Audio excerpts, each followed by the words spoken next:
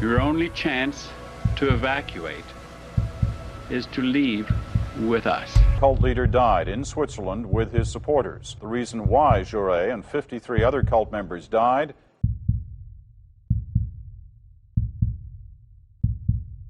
Her breasts, it turned out, had been removed. We would have no clue what removing a breast would do. Everybody thinks I'm a monster. Today, we'll explore some disturbing true crime stories about cults. A cult is a small group of individuals who share unconventional beliefs or practices, often considered fringe by others. Certain cults can go to extreme lengths to achieve their objectives. Examples include Heaven's Gate and the Village Temple. We don't know if we're going to take these flesh bodies on board that craft, or if we'll leave these flesh bodies behind. Whose stories remain unresolved. This is the outcome when people blindly follow charismatic individuals, like the Mad Men of Florida in 1996.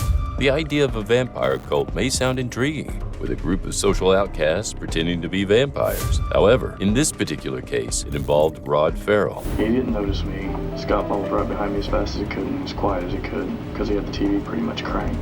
Presumed leader of the clan of vampires, which consisted of similar misfits. Young Heather Wendorf encountered Ferrell at high school and eventually joined the group, which engaged in activities such as consuming each other's blood, as they believed it was a characteristic of vampires. After Ferrell returned to his hometown, he maintained contact with Wendorf. The teenage girl expressed feelings miserable at home since becoming involved with the vampires. In an act of violence fueled by their twisted beliefs, Ferrell and 3 other teenagers drove to Wendorf's house. They brutally killed Wendorf's father using a crowbar, while Wendorf's mother fought back only to be attacked and fatally injured by Ferrell. As a result, Rod Ferrell is currently serving a life sentence since 1997.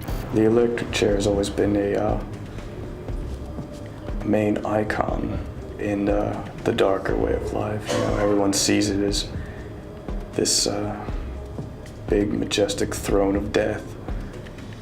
So I always did wonder what it would be like to sit in it and actually experience death through it. So that part doesn't really bother me at all. In 1984, Joseph D. Mambro and Luke Gorey established the Order of the Solar Temple, OST. This religious sect held the belief that Jesus was a solar deity who would eventually return to Earth. However, despite their beliefs, the cult's association with various crimes has tarnished their reputation. In 1994, a 3-month-old child of a cult member was tragically stabbed to death with a wooden stake. It's worth noting that the child was not a vampire, but rumors suggest that one of the cult leaders ordered the murder, mistakenly believing the child to be the Antichrist. Additionally, 12 followers of the cult later participated in a disturbing Last Supper-like event a few days after the incident. There was a worldwide search for the leader of a Quebec-based cult, and it ended today with the discovery of Luc Jaurès' body. The cult leader died in Switzerland with his supporters.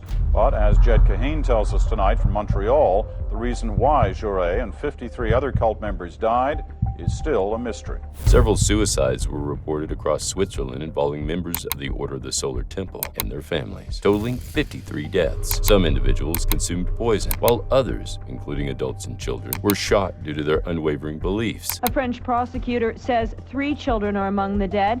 He says it's possible some of the victims were shot to death. In France, 2 members shot the others before committing suicide by setting themselves on fire on March 23, 1997. Additionally, 5 members in Quebec died by suicide as they were found in a burning house. While there may have been subsequent mass suicides, if any, they have not been widely publicized since 1991. Joining a cult can have severe consequences for one's well-being, as exemplified by the case of William Alt. Alt worked at a traveling carnival alongside Jimmy Pinnock, Mark Goodwin, and Keith and David Lawrence, who were allegedly involved in satanic activities. Alt sought to participate in their dark rituals, but was initially denied entry. However, using his knowledge of a murder committed by Pinnock, Alt blackmailed his way into the cult. One night, the 5 men gathered at an isolated farm building where Alt was instructed to lie on a makeshift altar. He was then bound and gagged while Pinnock, one of the cult members, made a deep cut from Alt's neck to his stomach with a knife. The other men also made cuts in the shape of an inverted cross. Subsequently, Pinnock asked Alt if he was prepared to die, to which Alt responded affirmatively. Pinnock proceeded to slit Alt's throat, and the men mutilated his body by removing his head and hands, attempting to burn them. The 4 perpetrators and an accomplice used Alt's stolen money to dine at a local Arby's. Pinnock pleaded guilty to murder and received a 60-year prison sentence. In Chicago, between 1981 and 1982, there existed a cult and organized crime group known as the Ripper Team or the Chicago Rippers. This sinister group comprised cannibalistic serial killers, rapists, and necrophiles, with Robin Gecht, Edward Spritzer, and brothers Andrew and Thomas Kokorales being the primary perpetrators of a series of horrifying crimes. Their first victim was 28-year-old Linda Sutton, who was kidnapped on May 23, 1981. 10 days later, her lifeless body was discovered in an empty plot of land, her left breast brutally removed. Her breasts, it turned out, had been removed. We would have no clue what removing a breast would be. Another incident occurred a year later when Lorraine Borowski was abducted from her workplace at a real estate agency. Her remains were found 5 months later in a cemetery. In total, the perpetrator had 18 victims who shared the same pattern: abduction, murder, and mutilation. Thomas Kokorales confessed that he and the others would take these women to a location they referred to as the Satanic Chapel. There, the victims would endure rape, torture, and the amputation of their breasts using a garrote wire. Shockingly, the perpetrators even consumed parts of the amputated breasts. While Andrew Kokorales and Edward Spritzer protested their innocence, Robin Gecht was convicted of attempted murder and received 3 60-year sentences. He may be eligible for parole in 2042 at the age of 89. Edward Spritzer, serving a life sentence for first-degree murder, had his sentence commuted to death, while Andrew Kokorales was executed in 1999. Thomas Kokorales, he's the only member of the murderous Ripper crew to step foot out of prison. In March 2019, Thomas Kokorales, the brother of the main perpetrator, was released after serving half of his 70-year sentence. He is currently 60 years old. Everybody thinks I'm a monster. In California in 1997, the Heaven's Gate cult was established by Marshall Applewhite and Bonnie Nettles during the mid-1970s. Your only chance to evacuate is to leave with us. The cult members believe themselves to be extraterrestrial beings offering humans the opportunity to ascend to a higher realm. As part of their commitment to a life devoid of worldly possessions, some male members even underwent castration.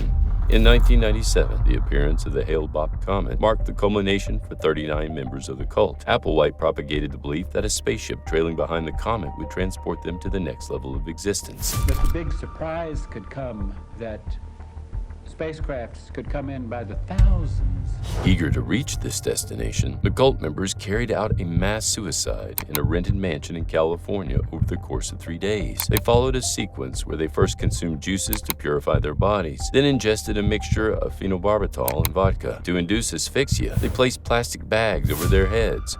2 months later, 2 additional members attempted suicide in a hotel room, resulting in 1 death and 1 survivor who would later perish several months later in the Arizona-Colorado desert in 2020. A woman who considered herself the leader of Doomsday spiritual cult in Colorado was sentenced to 64 years in prison. A Doomsday cult leader has been sentenced to several decades behind bars for her role in the deaths of 2 young girls during a religious retreat. Madani Seuss received 2 back-to-back 32-year sentences for felony child abuse resulting in death. For her involvement in the deaths of 2 boys who were confined to a car without food or water as they were deemed impure. The state views her as a child murderer. The victims, Michaela Roberts, 10 years old, and Hannah Marshall, 8 years old, were discovered deceased inside a parked vehicle on a farm in Norwood, Colorado. The cult leader claimed that the girls were possessed by unclean spirits from a previous life and ordered that they be kept in the car while the group awaited the end of the world prior to the solar eclipse in 2017. Due to the partially mummified condition of the bodies, the exact cause of death could not be determined. The cult leader received a prison sentence of 64 years, while the children's mother was convicted of first-degree murder and sentenced to life without parole. Another cult member who pleaded guilty to an accessory charge received a 12-year prison sentence. That's all for now. Take a moment to subscribe to our channel and turn on notifications. Thanks for watching. Bye.